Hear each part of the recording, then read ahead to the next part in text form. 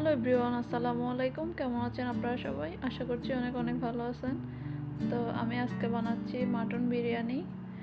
সেজন্য এখানে আলুগুলো একটু ভেজে নিচ্ছি লবণ আর হলুদ দিয়ে। তারপর এদিকে আমি পেঁয়াজ কুচি দিয়েছি 1 কাপ মতো।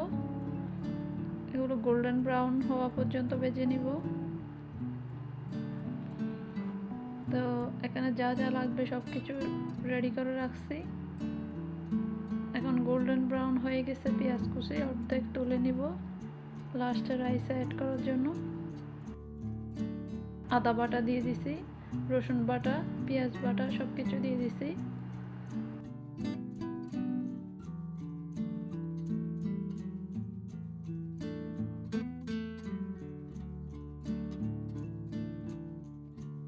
তো এখানে কাঁচা মরিচ বাটা দিয়ে দিছি, হলুদ গুঁড়ো দিয়ে দিছি 1/2 চামচ, ধনিয়া গুঁড়া দিয়ে দিছি 1/2 চামচ, জিরা পাউডার দিয়ে দিছি 1/2 চামচ। তো সব কিছু ভালো করে মিশিয়ে এখন সিন্ধি বিরিয়ানি মশলাটা অ্যাড করব। সিন্ধি বিরিয়ানি মশলাটা আমি 1/2 প্যাকেটের মতো ইউজ করব। এরপর সল্ট দিয়ে দিছি। তো পানি দিয়ে এবার নাড়াচাড়া করে নিব ভালো করে। টমেটো কুচি অ্যাড করছি। এরপরে নাড়াচাড়া করে কিছুক্ষণ রাখবো। এদিকে রাইস বসিয়ে দিব। তো রাইস বসানোর জন্য এখানে এলাচ, রং, দারচিনি সব কিছু দিয়ে দিছি। তো এখানে আমি 2 কাপ মতো রাইস ইউজ করছি। এখানে লবণ অ্যাড করতেছি।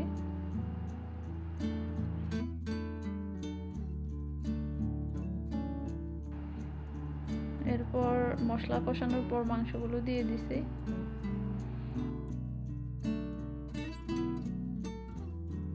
প্রেসার কুকারের ঢাকনাটা দিয়ে দিব।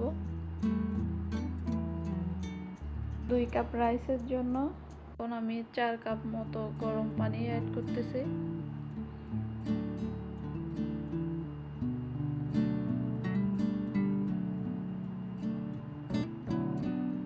রাইস প্রায় কুকড হয়ে গেছে, মাংস কুকড হয়ে গেছে। তো এখন দমে বসাবো, সেজন্য একটা ফ্রাই প্যান গরম করে নিছি। নিচে 1 পার্ট রাইস দিয়ে দিছি প্রথমে, এরপরে মাঝখানে মাটনগুলো দিয়ে দেবো সব, তারপরে উপরে 1 পার্ট দিয়ে দেবো রাইস। এরপরে দমে বসাবো প্রায় 1 ঘন্টার জন্য।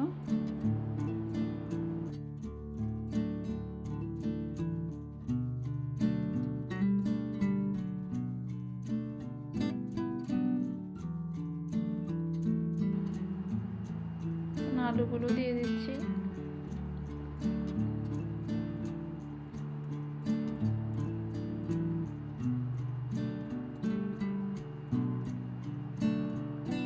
এরপরে আমি পেঁয়াজ বেরেস্তাগুলো অ্যাড করে দিব।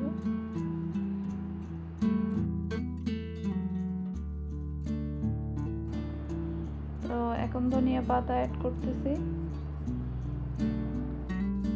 কালারের জন্য একটু ফুড কালার ইউজ করব।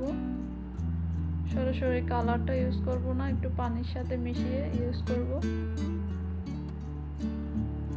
তো রান্না কমপ্লিট, এখন আমরা খেতে বসে গেছি।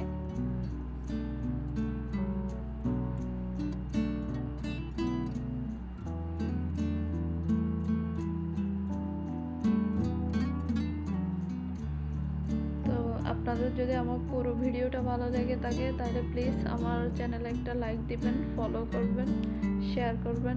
আপনারা সবাই ভালো থাকবেন, সুস্থ থাকবেন। আল্লাহ হাফেজ, আসসালামু আলাইকুম।